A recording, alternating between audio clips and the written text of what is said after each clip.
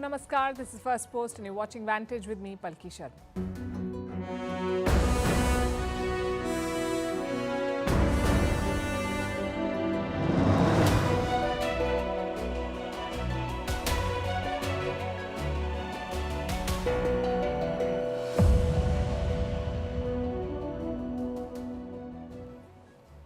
The Chinese Coast Guard is behaving like pirates in the South China Sea.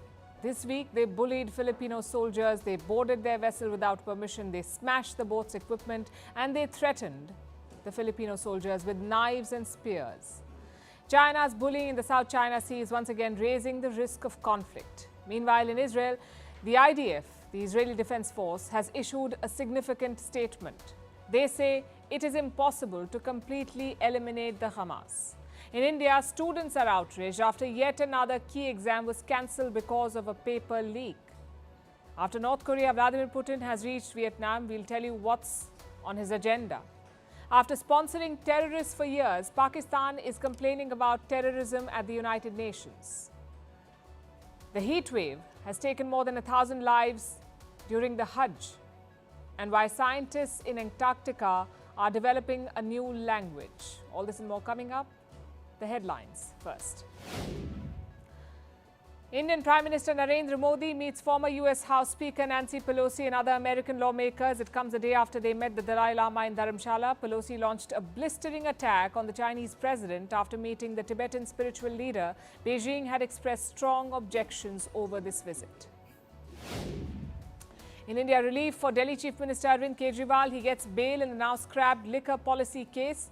In the month of March, Kejriwal was arrested by the Enforcement Directorate. He is accused of money laundering. In May, the Supreme Court had granted him bail to campaign for the election. The Bank of England opts against cutting the interest rate before the election, keeps it at a 16-year high of 5.2%. This is despite inflation easing in the UK. But the Swiss National Bank announces its second straight interest rate cut. In March, it became the first Western central bank to slash borrowing costs. Ecuador suffers a nationwide power outage for several hours. Around 18 million people left in the dark due to an electrical grid failure. The blackout cripples metro services and road traffic. In recent months, Ecuadorians have had to deal with planned power cuts of up to 13 hours at a time. Outgoing Dutch Prime Minister Mark Rutte to become the next head of NATO. His sole challenger, the Romanian president, pulled out of the race. Rutte will assume charge at a crucial time for the alliance. As the Ukraine war drags on, the current NATO chief Jens Stoltenberg's term ends on the 1st of October. And French hotels sue Airbnb for unfair trade practices. More than 24 hotels are seeking $10 million in damages. They claim that the US-based platform does not collect or pay tourist taxes.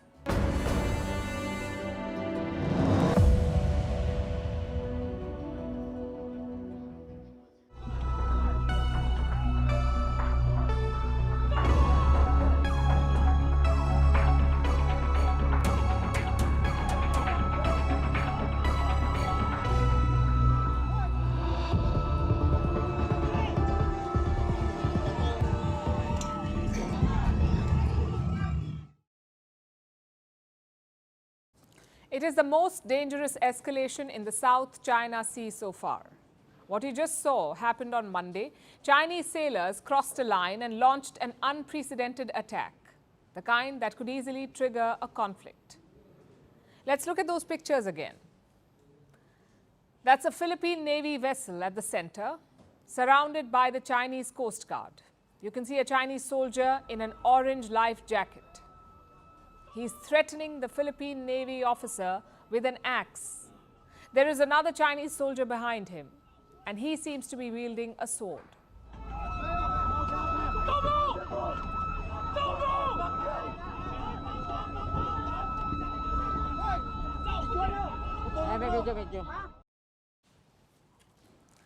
And from here, the situation deteriorated. Chinese troops deployed tear gas. They hurled rocks. They blared sirens and strobe lights. Some Chinese troops boarded the Philippine boat and they destroyed it. The boat's equipment was smashed. The Chinese troops punctured the rubber boat. They took away phones and rifles of Filipino personnel.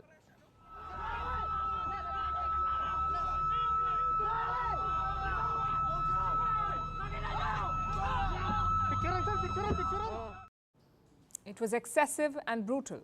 8 Philippine officers were injured. One of them suffered serious injuries. He lost his right thumb. The confrontation happened in this region, near the second Thomas Shoal. This is part of the disputed South China Sea. Beijing stakes a claim to the second Thomas Shoal, but Manila currently controls it.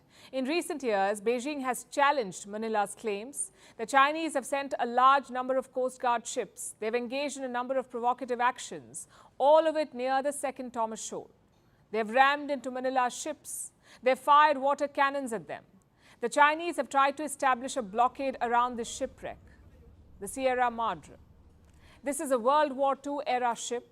It was deliberately marooned by the Philippines in the 1990s, mainly to assert its claims on the second Thomas Shoal. The Philippines has stationed Marines on it, on the shipwreck. They have Marines, and these Marines need supplies. So every now and then, Manila sends a boat or a ship with supplies for the soldiers. China has actively tried to block these missions, these supply missions. And Monday's events are a sign.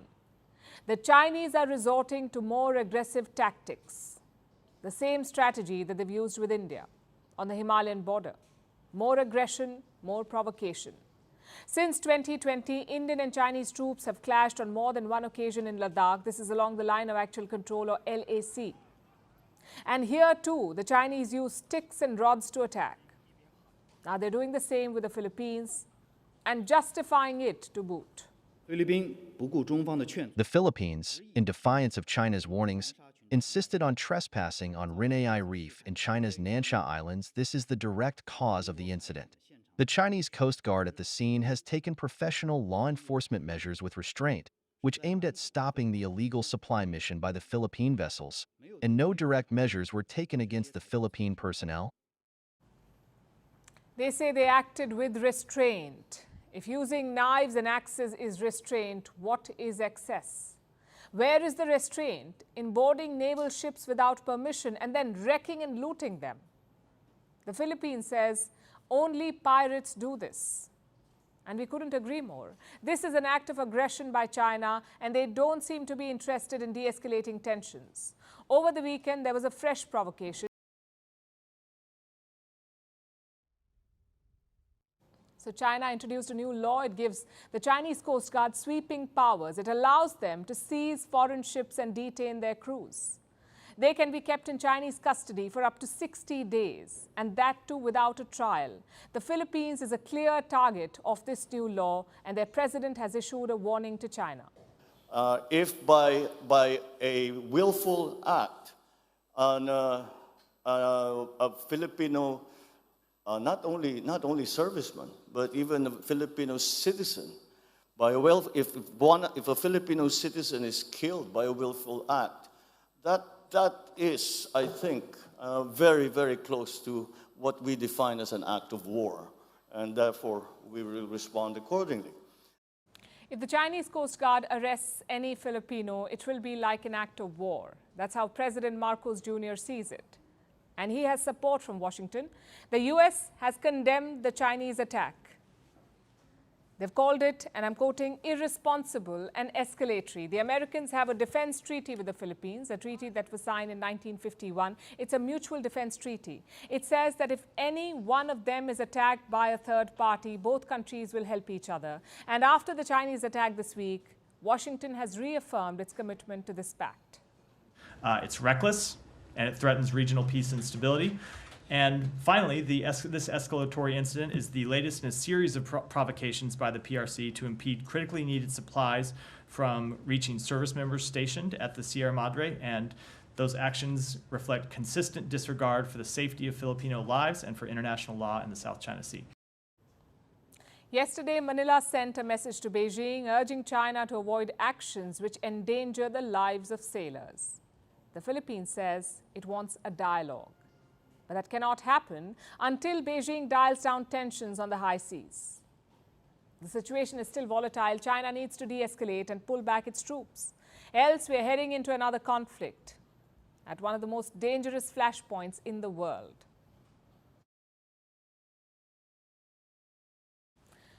Speaking of which, let's turn to the war in Gaza. It's been almost 9 months now. In this time, Israel's position has been the same. We want to destroy the Hamas. That's what they've said throughout. We want to eliminate this group completely. But Israel's army says that's impossible. Look at what an army spokesperson said, and I'm quoting, "This business of destroying Hamas, it's simply throwing sand in the eyes of the public. Hamas is an idea. Hamas is a party. It's rooted in the hearts of the people. Whoever thinks we can eliminate Hamas is wrong." Now, this is a big statement. Israel's army says you cannot destroy Hamas. It's impossible. But that's not what Benjamin Netanyahu has been saying. He kept telling the world that Israel would destroy Hamas, not once, not twice, but multiple times. Listen to this. The elimination of Hamas is a necessary step to ensure that the day after there will be no element in Gaza that threatens us. We spoke about recent developments in the war, including Israel's commitment to achieving all of the war's objectives, eliminating Hamas. To win this war, we must destroy the remaining Hamas battalions in Rafah. The necessary goal of the war is first of all the elimination of Hamas. We will continue to fight until all the objectives of the war are achieved, and the priority is the elimination of Hamas. So who should we trust? The Israeli military or the Israeli Prime Minister? As expected, the statement has triggered a controversy. Netanyahu's office has commented on it. They reiterated Israel's official war goal to destroy Hamas. The military also released a clarification. They said that the spokesperson was talking about the Hamas ideology and not the group. But I'm afraid that the damage is done. The public spat has confirmed the obvious. There are divisions between Netanyahu and his military. We saw that earlier this week too. Israel's military announced a tactical pause in Rafah. Again, Netanyahu was not happy. He was totally opposed to any pause in fighting. Before that, the defense minister rebelled. He asked Netanyahu to plan for post-war Gaza. Again, the prime minister refused. And all of these developments confirmed the divisions. But the question is, what has caused it? There are three main reasons. The first one is tactical. Netanyahu wants his army to defeat Hamas in Rafah. But what comes after that? Who will govern the Gaza Strip? Without a plan, Israel could face insurgencies, and the army is not keen on that. They would like some clarity on the next step. The second reason is military support, mainly from the US. Netanyahu's policy has already enraged Washington. They have withheld one shipment of bombs. But what if more shipments are paused? Israel's army may run out of firepower, which brings us to the third reason, a second front in this war. At this rate, we cannot rule it out. Israel and Hezbollah are regularly exchanging fire, Hezbollah in Lebanon. Last week, Israel took out a senior Hezbollah commander. In response, they fired rockets at northern Israel. It's a very dangerous situation. On Wednesday, Israel's army released operational footage. It shows them striking 7 targets in Lebanon. Take a look at this.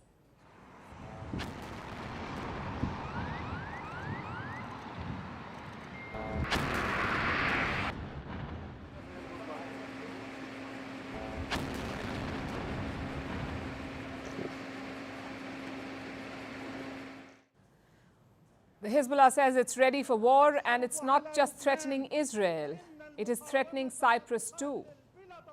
Now, Cyprus is an island on the west of Lebanon. It has a defense agreement with Israel.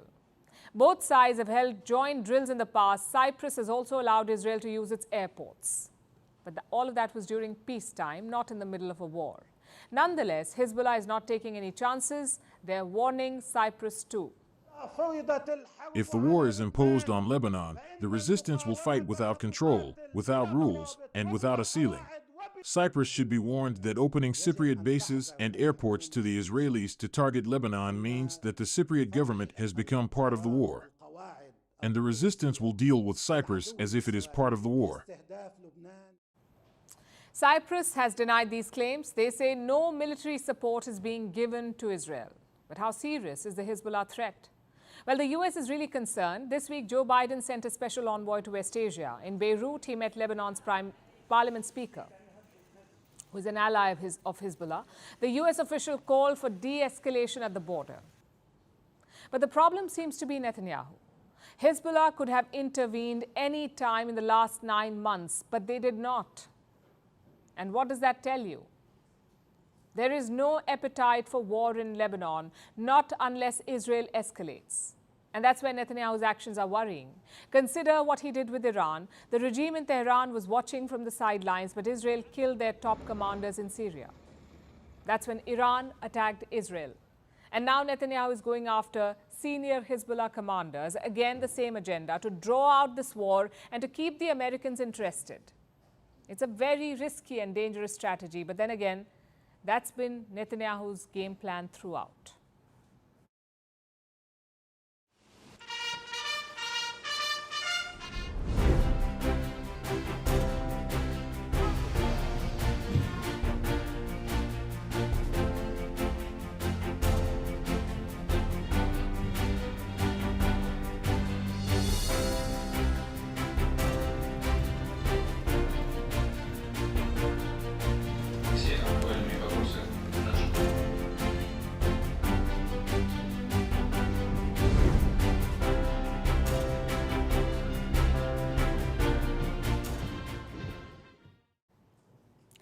Vladimir Putin in Vietnam.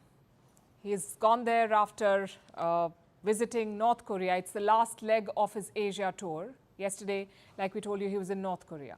Today, the Russian president landed in Hanoi. The day started with a welcome ceremony. There were children waving flags, bands playing, even a 21-gun salute. Not as grand as Pyongyang, but it was quite big by Hanoi standards.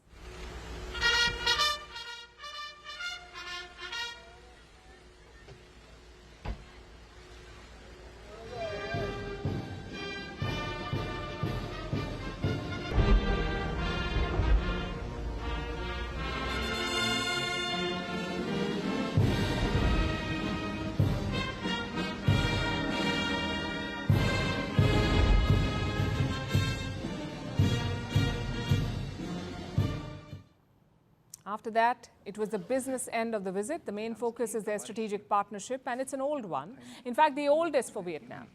Russia was the first country to sign a strategic partnership with Vietnam. They did it back in 2001.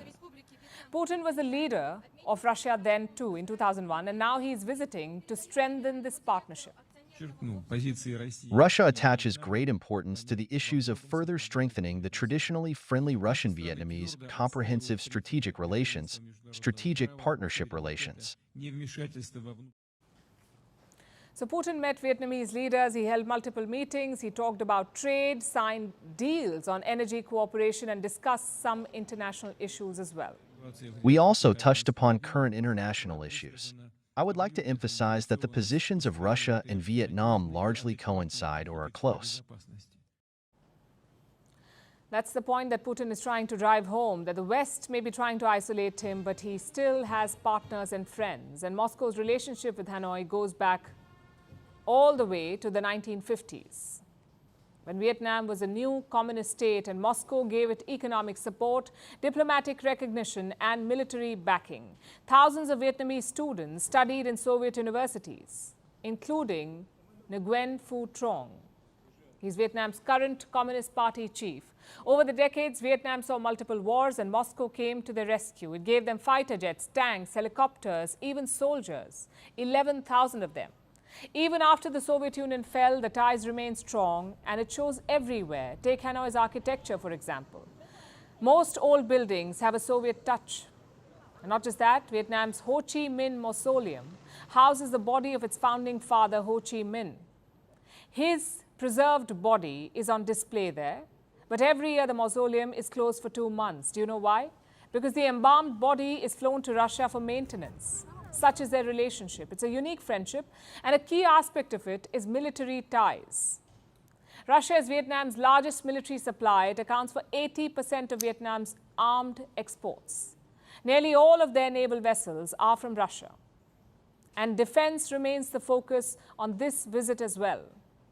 Putin has arrived with his defense minister here, and while Vietnam's reliance on Russian weapons is significant, it is looking to diversify. And that's because of the fear of Western sanctions. In fact, this state visit was also condemned by the United States. So Vietnam doesn't want to take any chances. It is diversifying its sources. Which brings us to the country itself. Why Vietnam? Why did Putin choose Hanoi? And the answer is quite simple. Vietnam is like the new cool kid on the block. It's a rising economy, a manufacturing powerhouse, a leading exporter of goods, and for companies leaving China, it's one of the compelling alternatives. So everyone wants to be friends with Vietnam. And when we say everyone, we mean everyone. Last year, US President Joe Biden was in the country. The two nations upgraded their relations. Soon after that, Chinese President Xi Jinping followed.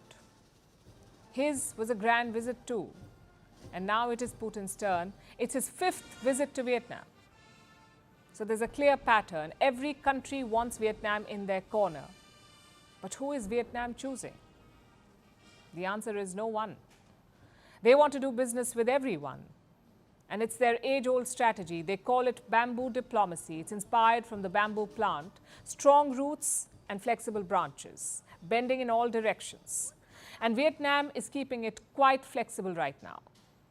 They're keeping their options open, not isolating anyone, at the same time refusing to be tied up in alliances.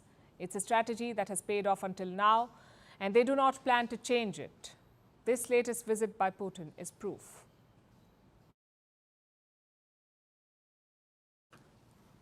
Meanwhile, guess who's complaining about terrorism? Pakistan. It's the mother of all ironies. They spent decades using terrorism as state policy, but now they have problems with it. Why? Because those same terrorists are attacking Pakistan. Let's look at the complaint first. It came from Pakistan's ambassador to the United Nations. He was addressing a special meeting on weapons, especially small and light weapons. There he called for a campaign to recover arms from terror groups.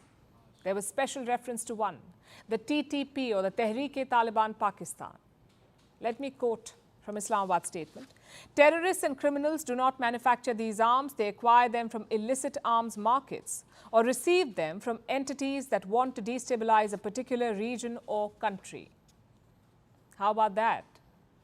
It's like one of those second-grade tests. The teacher has asked Pakistan to write an essay about itself, and this is the perfect answer, a country that gives weapons to destabilize another country.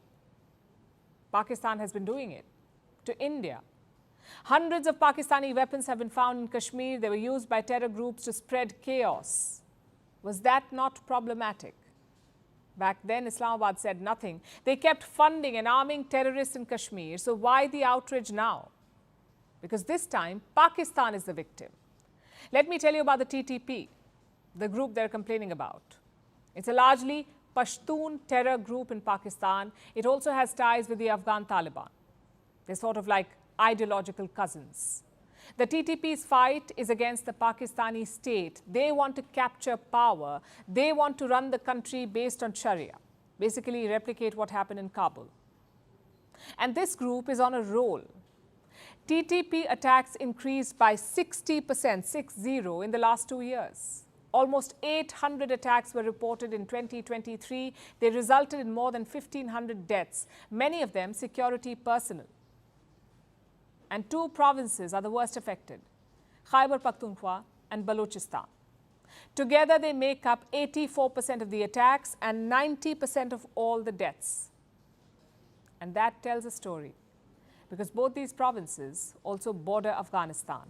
Islamabad has asked Kabul to control the TTP, but the Taliban have refused to do it. They have given safe haven to TTP fighters near the border. They've also given them weapons. And not just any weapons, American weapons. When the US withdrew from Afghanistan, they left behind a lot of weapons, some $7 billion of arms. Reports say the TTP is using some of these American weapons. We're talking about deadly equipment here, like M16 machine guns and M4 assault rifles, which brings us to Pakistan's latest complaint. They're unable to handle this threat, so they want global support. An appeal was made in March as well. Pakistan used the United Nations Security Council to build pressure on Kabul. They said Afghanistan should rein in the TTP. But like I said, no luck. The world has more than enough on its plate. There are 2 major wars. a looming conflict in the South China Sea, and a resurgent ISIS in Africa. So Pakistan's TTP problem is not on top of the agenda. Nonetheless, Islamabad will keep raising it. They are wooing investors from China and West Asia, but all of them are demanding security. They want their assets to be safe. So Pakistan's economy is also pinned on fighting the TTP. Plus, they need military aid. The US halted Pakistan's aid program in 2018. Some of it has been resumed under Joe Biden, but Pakistan's army will want more. All of this explains their decision to raise the issue at the United Nations. Pakistan wants to globalize the TTP problem. But again, two questions remain. Number one, will it work? Looks unlikely right now. Pakistan cultivated multiple terror groups to bleed its neighbors, whether it was India or Afghanistan. Now, those same terrorists are targeting Pakistan. It's a self-created problem. So Pakistan will get little sympathy. And question number two, will it make Pakistan change its policy on terrorism? Again, unlikely. Yesterday, 2 terrorists were killed in Kashmir. The Indian Army says both were Pakistani residents. They belong to the Lashkar-e-Toiba. And who supports the Lashkar-e-Toiba? The Pakistan government. So TTP or not, Islamabad will not change its ways. They will always have their good and bad terrorists.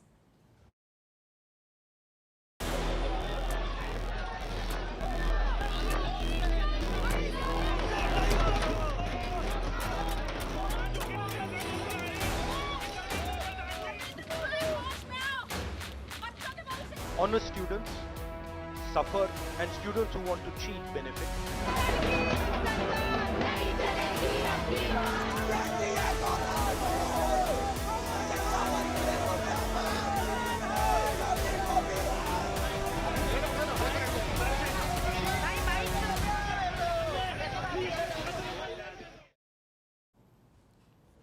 Months of preparation, years of investments, and for some, a wait of a lifetime. That's what is at stake in India. I'm talking about the recent examination controversies.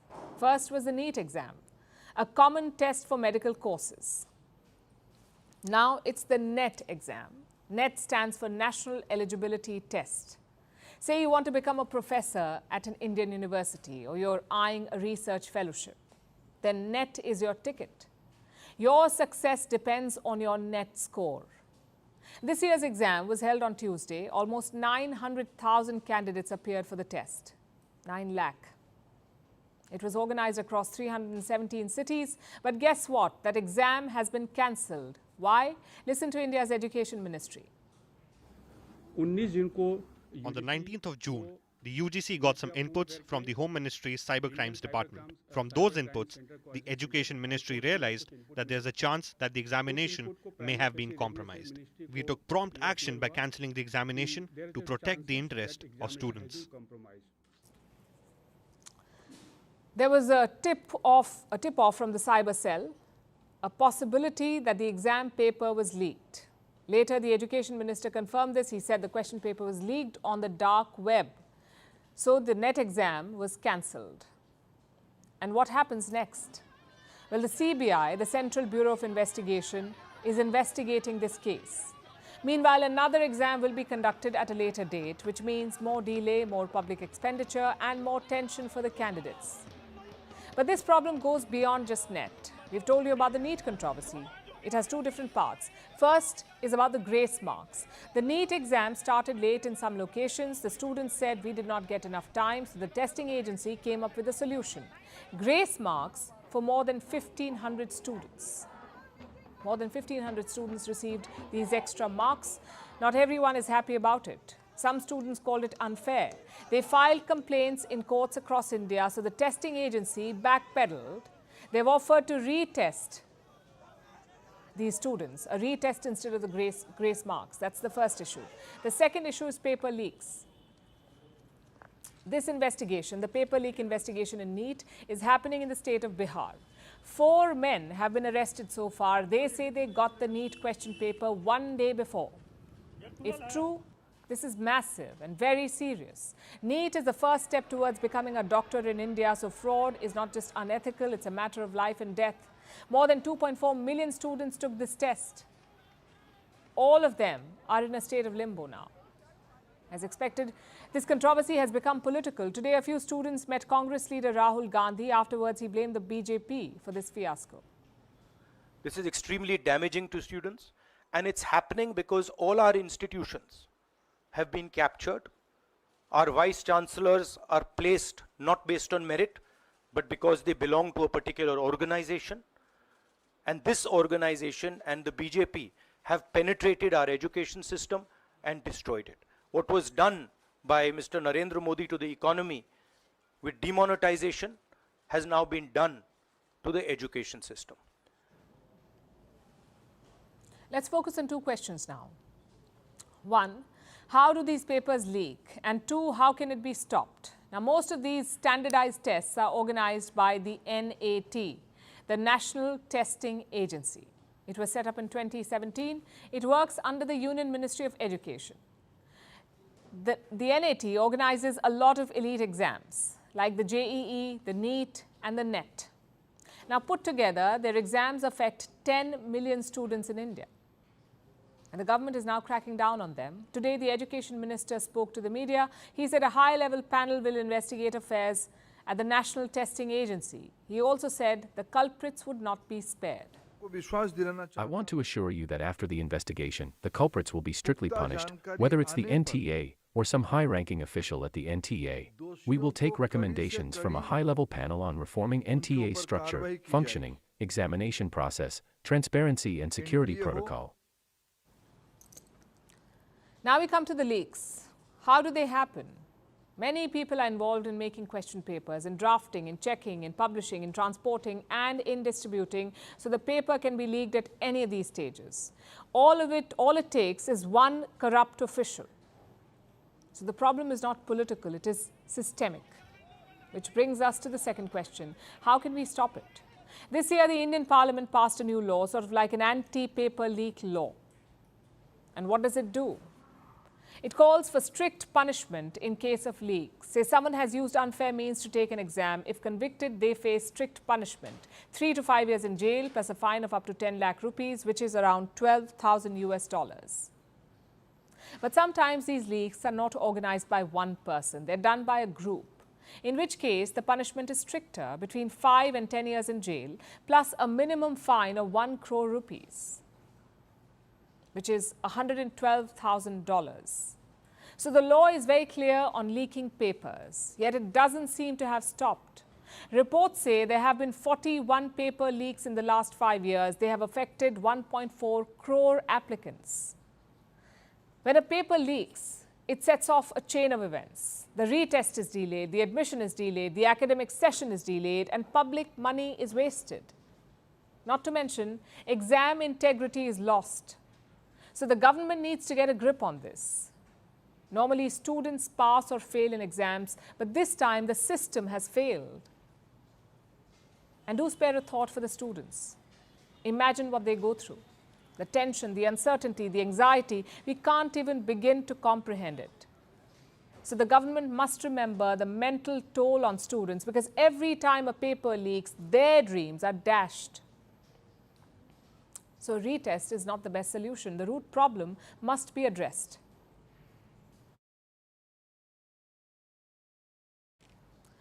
What is India's biggest asset? One of it is its strategic location.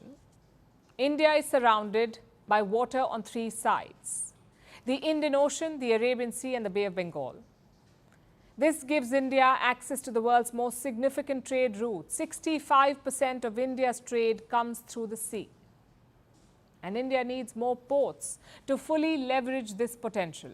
In recent years, India has taken major steps to improve its ports. The capacity at least 12 ports has been doubled. And now New Delhi is about to embark on its most ambitious project yet. India is gearing up to build its biggest seaport. Our next report tells you more. A world-class port inside one of India's biggest trading and financial hubs. The plan was in the works for a while. Yesterday, the Indian cabinet finally pulled the trigger. This port has the potential to be among the top 10 ports in the entire world. That's the significance of this port. The project is an ambitious one. It's worth well over $9 billion. The Vadhavan port will be built here, in the Indian state of Maharashtra. The state already has the Jawaharlal Nehru Port or JNPT, that's India's second largest container port in India. But Vadhavan will be bigger. Not only will it take the load off the JNPT, but this new port will significantly improve India's capacities. On paper, the project seems promising. This will be an all-weather port, meaning it will operate all year round, unaffected by the weather. In terms of capacity, the port will handle 298 million tons of containers. That's the same as thousands of football fields. This will significantly enhance India's ability to handle large cargo. One major advantage is the location of the port. Vadhavan will be able to serve two important trade corridors. The ambitious India-Middle East-Europe Economic Corridor.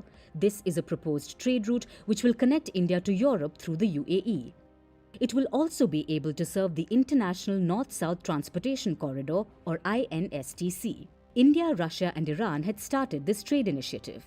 It can simplify India's access to 4 regions, Northern and Western Europe, as well as Central Asia and Eurasia. Today, at least 13 countries are members of the INSTC. This trade initiative was signed in the early 2000s, but its full potential is yet to be unlocked. The Vadhavan port will play an instrumental role towards that. Due to its location on India's west coast, the port can serve as an important trade hub for the Arabian Sea. It will be able to handle container traffic from Africa's east coast as well as from countries in the Persian Gulf. It will also be well connected to key Indian cities and highways. The Vadhavan port will be built just 140 kilometers from India's financial capital, Mumbai. For those wishing to send cargo to Delhi, the Delhi-Mumbai freight corridor is barely 34 kilometers away from Vadhavan. The development of India's coastline is a long overdue goal. India is surrounded by the sea on 3 sides, so more ports could help India unlock new trade opportunities. They can also provide valuable strategic support in the event of an emergency. The maritime sector accounts for 95% of India's trade volume. So these ports are not just beneficial for the economy, they are a necessity.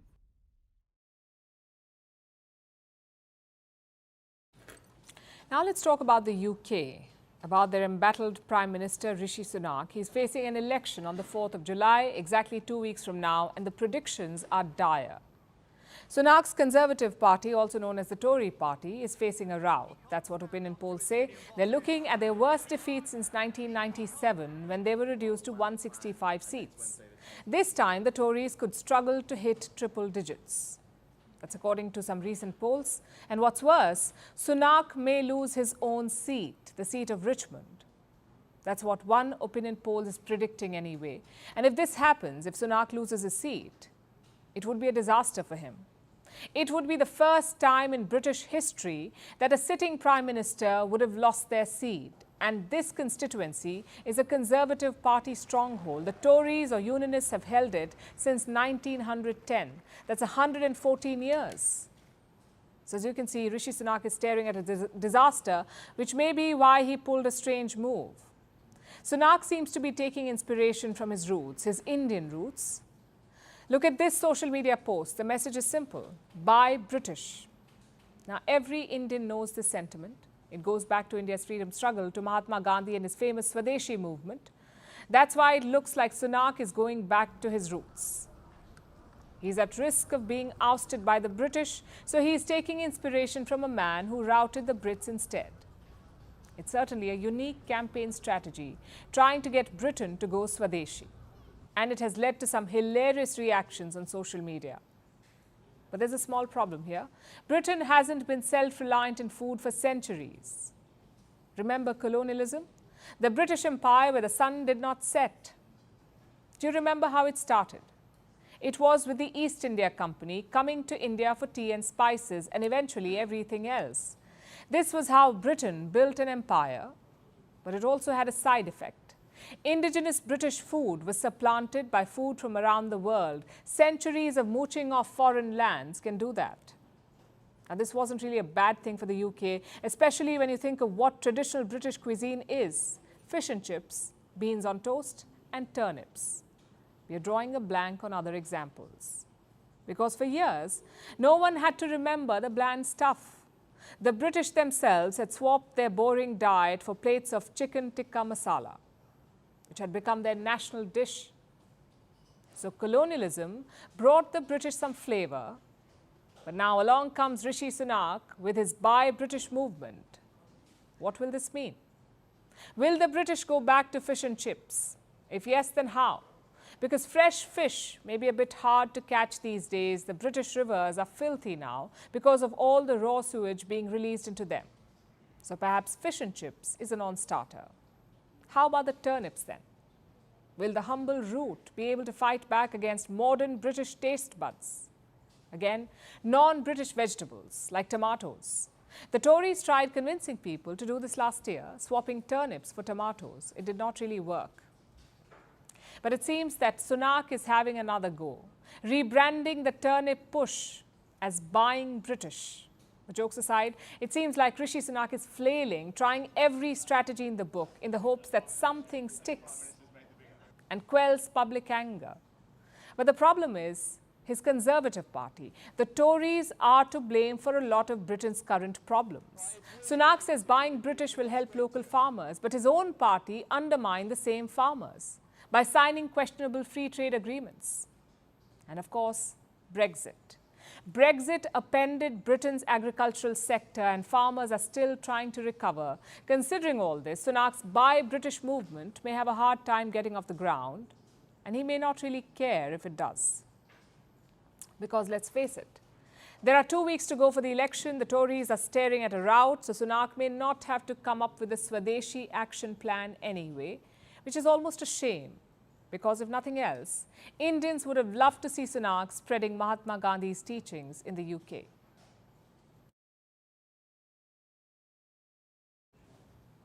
Staying with very British problems, let's turn our attention to the Euros. Europe's premier football tournament is on right now. It is taking place in Germany. Fans from across the continent have descended upon Deutschland. Now there are normal football fans, the ones who just love the game, who support their national team and are just there to have a good time. Then there are the ultras, the hooligans, who want to drink, get rowdy and cause some chaos. England is known for both sets of fans, but the hooligans are the ones making the headlines again for a distasteful song, which they sing to rile up the Germans. Here's our report. Football is called the beautiful game for the technical ability on offer, and for sentimental reasons too, like its ability to bring joy and unite people. But sadly, that's never all that it brings. Where you have football, you have hooligans. This is almost always the case, especially during international tournaments.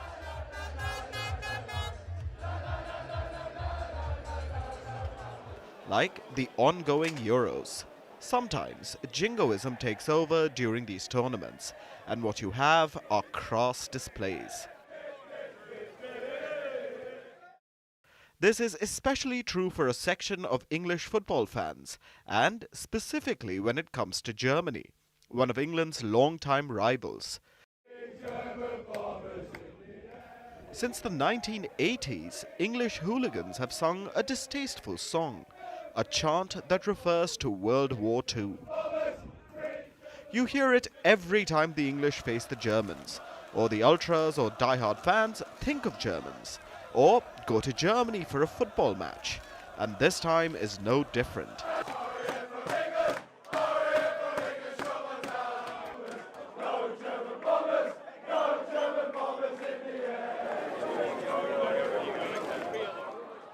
It's called 10 German Bombers, a reference to the German Air Force and English counterattacks. The song brings back bad memories for the Germans, so for years, people have been trying to stop the English fans from singing it. The German police made an appeal. The British Prime Minister, Rishi Sonaks, made one as well. But the English hooligans didn't care. They were belting out the song during England's first Euro match, which wasn't even against Germany. It was against Serbia. But the ultras couldn't care less. They sang 10 German bombers while in the city of Gelsenkirchen, a city which the UK and the Allies bombed almost to oblivion during World War II. So why do they insist on singing it? Here's their standard response. Just let us get on with it, really. Like, it's just banter, isn't it? Like, at the end of the day, it doesn't mean anything. It's just banter, isn't it? It's just one of our songs that we like to sing, you know? We don't have no hate, like, as such. It's just part of our song choice. Behind the back and But is it banter or simply offensive? For most English fans, 10 German bombers does cross the line. You can understand it from a German point of view. It's just nice, it lacks respect really, especially over here. You know, you're trying to mix in with their culture as much as you can. So yeah, it probably some of the song that, you know, people sing it, but probably isn't the right thing to do. Sadly, the hooligans don't follow this logic, even though England have been on the receiving end, like in 2022, after the British Queen Elizabeth II died. Back then, football fans from former British colonies had a thing or two to say. It was distasteful, and the British media reacted with disgust. Maybe if the English ultras remembered that incident, they would empathize with the Germans. Football chants can add an amazing atmosphere to games. The English themselves have come up with a number of classics, or they've rewritten actual classics to suit the mood. A favorite is Three Lions, Football's Coming Home, a song that highlights the British dream, that they'll finally win a major tournament again.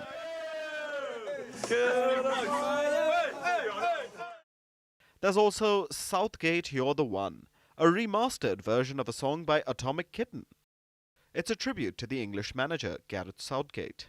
Then you have songs that are used to laud players, like Hey Jude by the Beatles, sung in tribute to the English midfielder Jude Bellingham. English fans have a ton of great options if they want to show support, and most fans do stick to these songs. Hopefully, their example will rub off on the ultras.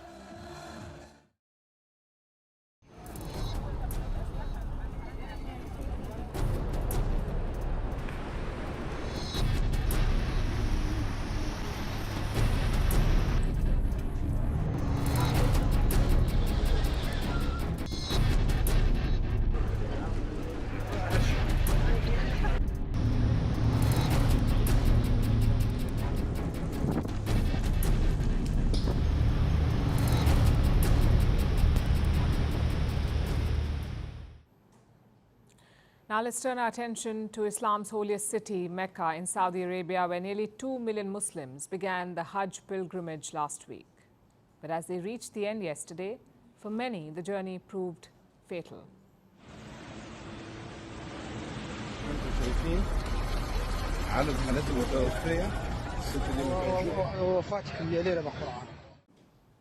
The heat has been unrelenting. Temperatures have reached 51.8 degrees Celsius and more than 1,000 Hajj pilgrims have lost their lives. This includes people who travel from across the world, including at least 68 Indians who have died.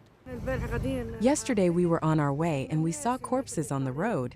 They were covered with a white sheet because the temperatures here are really high. And I'm not just talking about old people, young people have died too. It was a very hard day because of the extreme heat. A lot of people died. The ambulances were overwhelmed. You would talk to someone and suddenly they would die. Unregistered pilgrims made up more than half of the deaths. Without cooling or healthcare resources, they perished in the intense heat. And that's not all. Thousands of others suffered from heat exhaustion. Close to 3,000 cases were reported on Sunday alone. Now, hot weather is not new for Mecca. It has almost always seen a hot climate, and this has not bothered the Hajj in the past, which has been conducted in the same way for centuries now. But global warming is making the heat severe, and the infrastructure can't seem to keep up. Scientists say that by 2040, Hajj is going to be fatal. And it won't be an isolated scenario. By 2050, India will be among the first places on earth where temperatures cross survivability limits. And we can already see the signs. North India is reeling under a prolonged heat wave. Since March, 40,000 cases of heat stroke have been reported. At least 110 people have died, and the capital, Delhi, has seen a punishing summer. Daily temperatures are crossing 40 degrees Celsius and peaking at nearly 50 degrees. There are water shortages and power outages. This week, electricity demand reached an all-time high. Climate change is causing the current infrastructure to fail. In some cases, it is making deadly heat waves 35 times more likely. Like in the case of the United States, much of the country is sweltering. There's a record-breaking heat wave. 75 million people are under extreme heat alerts. That is 1 in 5 people.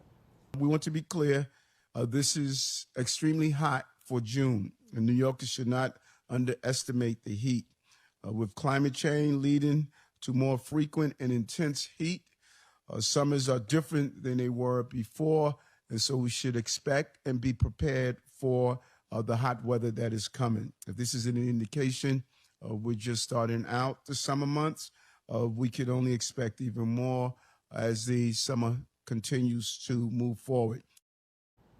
Indeed, we can. No continent is safe from extreme heat. Look at Europe. It is the fastest warming continent on Earth. Here, temperatures are rising at twice the global average. Greece is among the worst affected. It is witnessing the earliest heat wave on record, which has warranted school closures, restrictions, and even caused deaths. France is in the same boat.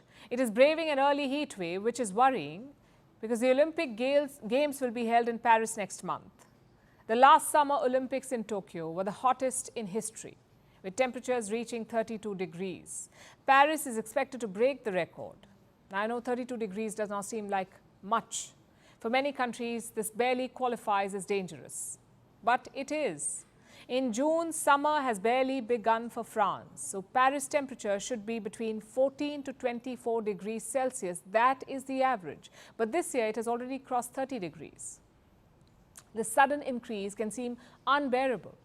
Because like most countries, France does not have the infrastructure to deal with such abnormal heat, meaning there could be a shortage of resources, additional stress on healthcare systems, heat-related illnesses, and even deaths.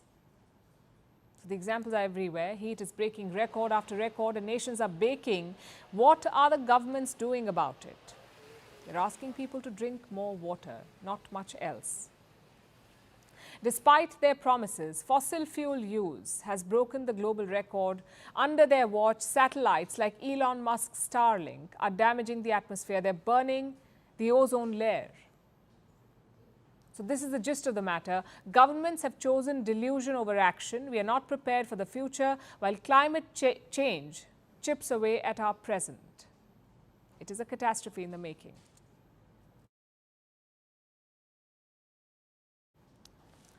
The weekend is almost here. Do you have any interesting plans? If it's a dingle day, maybe you can go out and meet some friends. If not, you can catch up on some gonk. Much needed fod plod could be a good choice as well. If you understand what I mean, then you're part of an exclusive club of linguists. I'm referring to the researchers in Antarctica. Antarctica is the coldest and one of the least inhabited continents in the world. It has only a few settlements made up of scientists and support staff. And they're so isolated from the rest of the world that their accents are changing, and now they're even speaking a whole new language. Here's a report. This is Antarctica, a bleak, dark and remote place. This is the coldest continent on the planet, also the least inhabited, the only continent with no permanent human habitation. But this doesn't mean that Antarctica has no humans. It does have some settlements in the form of research stations. There are only a handful of bases. They are scattered across the 14 million square kilometer frozen landscape, and they are a temporary home to scientists and support staff. They live in Antarctica for some parts of the year, usually on a rotating basis. During this time, they brave the conditions, they work, eat and socialize while almost totally cut off from the world. And this changes how they speak. A new study is out, a world-first study into colloquial Antarctic language, and it shows that the so-called winterers have developed their own language. It's a unique colloquialism with a baffling array of words that won't make much sense to anyone who's not a regular in Antarctica. Instead of sleep, people say gonk. Instead of cleaning, they say gash. A clear blue sky day becomes dingle day, and picking up rubbish is called fod plod. These are only a few of many such words. They sound bizarre, but we aren't making this up. This language cropped up as happenstance. There's not much science behind it, except some logic. For instance, the FOD in FODPLOD refers to foreign object debris. Well, you can trust a scientist to come up with that. There's another fascinating development. Amid all this conversing, people's accents are changing. During their stint in Antarctica, people have limited entertainment. They mostly only talk to each other. To speak to anyone in the outside world, satellite phone calls are required, which are quite expensive and are mostly avoided. And when the winterers talk to each other, something primitive happens. They memorize each other's speech, which influences their own speech production. Research bases in Antarctica consist of people from across the world. The common language is English, but the accents differ. So speakers infect each other with their pronunciations. Now, this is known to us through an Antarctic study. This experiment is the first of its kind. But the result is not entirely surprising. It has happened innumerable times throughout history. As groups of people become cut off from others, their accents, dialects, and languages diversify. This tells us why American English differs from British English. On a larger scale, this still happens in many cities where multiple cultures come together to produce their own dialects and accents. We see this in Europe due to its high levels of migration. For instance, over the past few years, a new kind of German is being spoken in Berlin. A new Swedish dialect is emerging in Stockholm as well. And this is bound to happen, which is also what makes language fun. It's not only fluid, but uniting. So, no matter how disconnected Antarctica remains, it retains linguistic traits with the world. And now it's time for Vantage Shots, images that tell the story. North Korean leader Kim Jong-un gifts Russian President Putin a pair of dogs as the two bond over animals. Climate protesters spray paint on private jets in the UK, and Germany traffic light signals get a facelift, courtesy the Euros. Finally, we're taking you back in history. On this day in 2001, General Pervez Musharraf was formally sworn in as Pakistan's president. This was after he removed then President Rafiq Tarar. This happened 2 years after Musharraf seized power from Prime Minister Nawaz Sharif in a military coup. We're leaving you on that note. Thank you for watching. We'll see you tomorrow.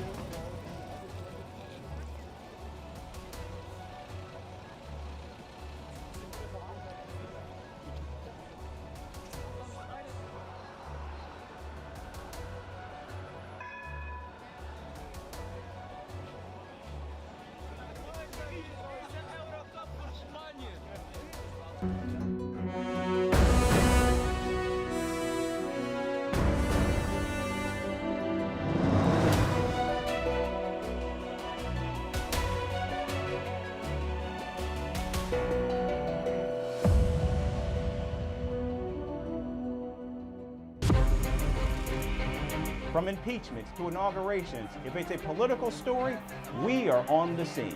The race for the White House is heating up. We're beating Biden. How dare he say that? If it's breaking news, we're live with the latest coverage. From the White House, the State Department, and Capitol Hill, we know the issues, but above all, we know the players to bring you the latest in-depth analysis on all the key stories that we're covering. I'm Eric Ham. Join me from Washington here on Firstpost America.